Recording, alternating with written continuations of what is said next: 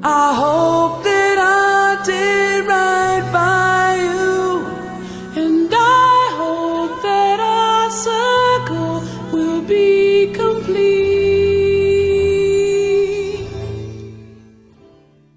In the early 60s, I started working at the Time Out Club on Telegraph.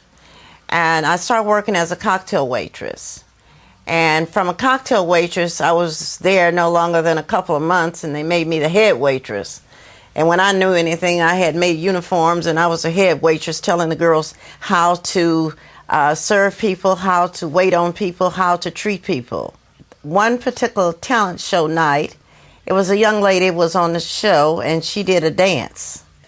And you know how the girls just be gossiping and stuff. And after the girl got through dancing, I said, honey, what she did, I can do better than that. And so I heard this voice come behind me and say, oh, you can? And I said, oh, yes, I can.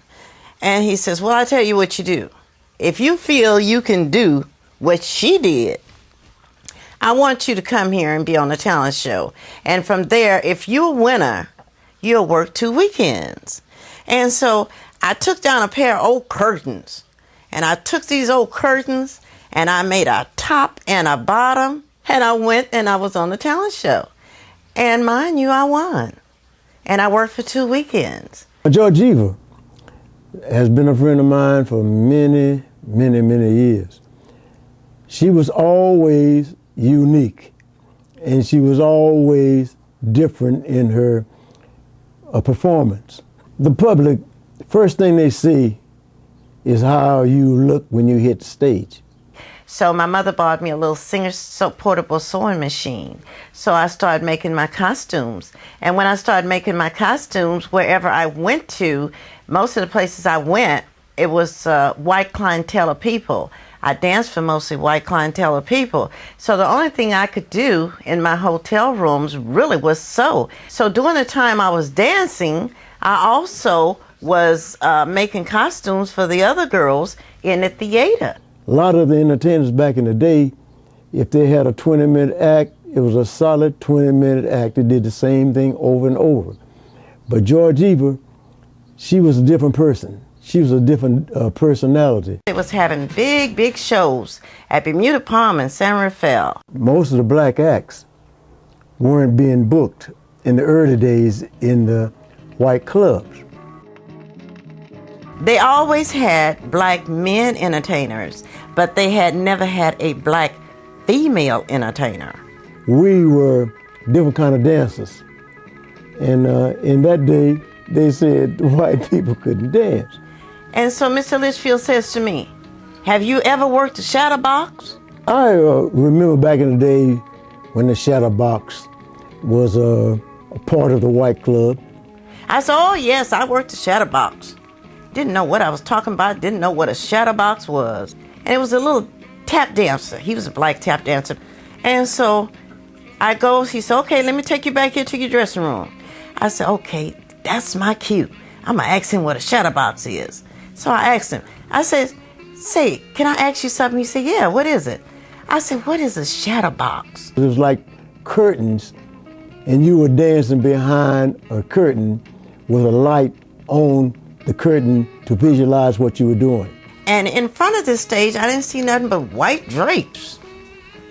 And he just told me, he said, now that's your shadow box.